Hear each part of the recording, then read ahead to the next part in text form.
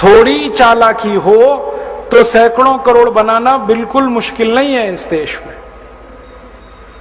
फिर अंत में तो वही होगा ना, सैकड़ों करोड़ हो गए, एक दिन डायबिटीज होगी, एक दिन अर्थराइटिस होगा, एक दिन हार्ट अटैक आएगा, मैं मरने ही वाला हूं। तो मरना तो है ही, वहां भी शायद जल्दी मरूं, क्योंकि जब शरीर में तामस वृत्ति आती है ना तो जल्दी मरता है आदमी।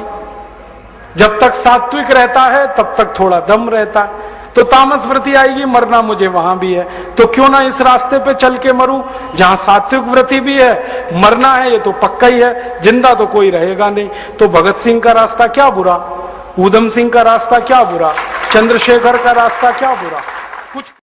और जितना खराब समय है, दुर्भाग्य हम सबका इतना ही ये है कि भारत की जनता को उसके बारे में कुछ मालूम नहीं है, जैसे आप सब लोग कहते हैं। पढ़े लिखे लोगों को तो बिल्कुल नहीं मालूम है, साधारण लोगों को तो उससे भी ज्यादा नहीं मालूम। और भारत की जनता को नहीं मालूम हो ये सब बातें, इसके लिए 12-13 साल से इस देश में एक बड़ा भारी काम हुआ है। उस पर अगर कोई रिसर्च करे तो बहुत चौंकाने वाली बातें निकलेंगी। पिछले 10-12 साल में जानबूझकर इस देश में क्रिकेट को प्रमोट किया गया है, और इतना प्रमोशन किया गया है कि समाज का सोचने वाला वर्ग क्रिकेट में फंस जाए और बाकी सब कुछ सोचना बंद कर दे। जैसे जैसे ये ग्लोबलाइजेशन बढ़ा है, WTO की कंडीशंस लागू, वैसे वैसे क्रिकेट का प्रमोशन इतना ज्यादा हुआ है, एक मैच खत्म नहीं होता दूसरा, दूसरा नहीं खत्म होता तीसरा, दूसरा खत्म नहीं होता तीसरा, तीसरा खत्म नहीं होता, मैच पे मैच लगे रहें ताकि सोचने वाला वर्ग मैच देखता रहे। ये बहुत समझ के हो रहा है। और जो मैच नहीं देखे वो सास भी कभी बहू थी ये देखता रहे, तेरी मेरी कहानी, इसकी कहानी उसकी कहानी देखता रहे, सिनेमा देखता रहे, फैशन टीवी देखता रहे, ये चैनल देखे वो चैनल देखे, तो फंसा रहे वो, माने सोचने के लिए नया विचार उसके दिमाग में ना आए।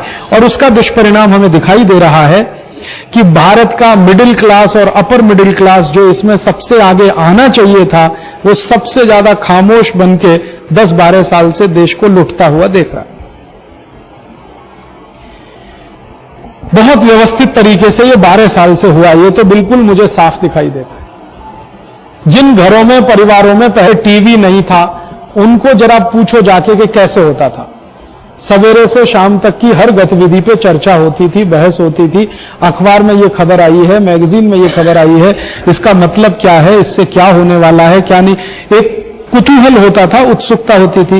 या हम पड़ोसियों के पास जाते थे, पड़ोसी हमारे पास आते थे, मोहल्ले में चौपालें लगती थी, गांव में चौपालें लगती थी, चर्चाएं होती थी, बहस होती थी। रिश्तेदारों के यहां हम जाते थे, रिश्तेदार हमारे यहां आते थे, ये सब होता था। लेकिन जब से ये घर घर में सास भी बहू थी, तेरी मेरी कहानी, उसकी कहानी, इसकी कहानी, ये जो चैनल आ गए और क्रिकेट का मैच आया, सब घर में सारी व्यवस्था टूट गई। अब कोई किसी रिश्तेदार के यहां जा नहीं रहा है, कोई किसी के यहां आ नहीं रहा है। गलती से आप कहीं चले भी जाओ तो टीवी चालू है तो कोई बात करने को तैयार नहीं है। और आप एक वर्ग जो भारत का कर्मठ है, कर्मशील है, उसको क्रिकेट में फंसाओ, और दूसरा वर्ग जो घर व्यवस्था को संभाल सकता है उसको सास बहू में फंसाओ। हाँ, सवेरे से शाम तक यही मनोरंजन हो गया। और आपके पास जब इतना एंगेजमेंट आ गया, अब आप देश की सोचोगे क्या, समाज की सोचोगे क्या, करोगे क्या? तो 10-12 साल में ये बहुत व्यवस्थित हुआ है इससे। एक तरफ ये लूट खसोट चालू हुई है, दूसरी तरफ इसके खिलाफ विद्रोह ना हो जाए, उसके लिए जो वर्ग मदद कर सकता है उसको फंसा दो टीवी में, और टीवी में क्रिकेट में, क्रिकेट से सीरियल में, सीरियल से सिनेमा में, सिनेमा के बाद और थोड़ी कुछ बकवास में। और आप देख लो आज इस देश का जो एजुकेशन से लगा हुआ वर्ग है, विद्यार्थी, अध्यापक, वो भले कितनी परीक्षा पे परीक्षा हो, क्रिकेट देखने से नहीं चूकेगा, भले फेल हो जाए इम्तिहान। और वो कभी कभी टेस्ट करते हैं कि भारत में दीवानगी कहां तक पहुंची है, तो समझ बूझ के ऐसे समय में क्रिकेट मैच रखते हैं जब परीक्षा जरूर हो। हाँ, तो अब वो देख लिया उन्होंने कि परीक्षा हो या परीक्षा का बाप हो, मैच देखने वालों की संख्या में कोई कमी नहीं है। तो वो समझ गए कि अब ये जुनून बहुत ऊपर तक पहुंच गया, अब इस जुनून को एन कैश कराते रहो और दिमाग आपका इधर लगाते रहो। वही हो रहा है।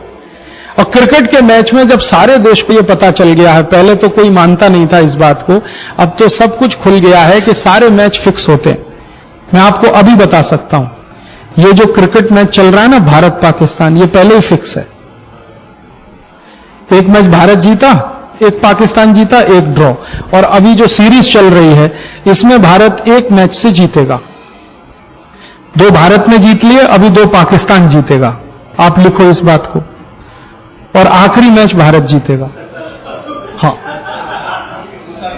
ये पहले से फिक्स है सब। और अभी थोड़े दिन पहले पाकिस्तान में मैच हुआ था भारत का। अच्छा, मैच तो चालू हुआ ही नहीं था, टीम गई थी भारत की, तो लंदन टाइम्स में छप गया सब एडिटोरियल पेज पे कि भारत और पाकिस्तान के ये जो श्रृंखला है वो फिक्स हो गई है। और जो रिजल्ट थे वही आए वहां पे। और ये जो अभी आखिरी मैच हारा इन्होंने, ये जो टेस्ट मैच हारा, कौन सा मैच हारा जिसमें 2-2, 3-3 रन पे, वो फिक्स था पहले से, हार नहीं है इनको, तो हर एक को 2-2, 3-3 रन बना के जाना है। तो अभी सब कुछ खुल गया। अच्छा, तेंदुलकर फंसा है इसमें मैच फिक्सिंग में। मोहम्मद अजरुद्दीन तो खुलेआम स्वीकार कर चुका है, सीबीआई इंक्वायरी चल रही है, सीबीआई रिपोर्ट आ गई है, सारे बड़े खिलाड़ी मैच फिक्सर हैं, मैनेजर तक मैच फिक्सर हैं, जगमोहन डालमिया फंसा हुआ है मैच फिक्सिंग में, सब कुछ मालूम है। फिर भी भीड़ भीड़ भीड़ बढ़ती चली जा रही है, तालियों पे तालियां।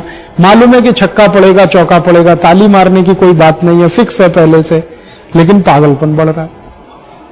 अच्छा, मैं पहले कहता था तो लोग कहते थे आप तो खप्ती आदमी है, मैच फिक्स होता। अब सब खुल गया है तो कहते हैं क्या फर्क पड़ता है, हो गया फिक्स, लेकिन हम तो देखेंगे, मजा आता है इसमें, मजा आता है। तो काम छोड़ के मैच देखते रहो, धंधा छोड़ो, व्यापार छोड़ो, नौकरी छोड़ो, मैच देखो,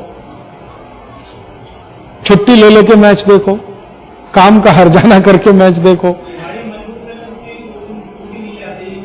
बिल्कुल सही बात। और ये अंग्रेज तो ठंड में क्रिकेट खेलते थे धूप खाने के लिए, और यहां देखो भयंकर अप्रैल की धूप पड़ी है, क्रिकेट चल रहा है।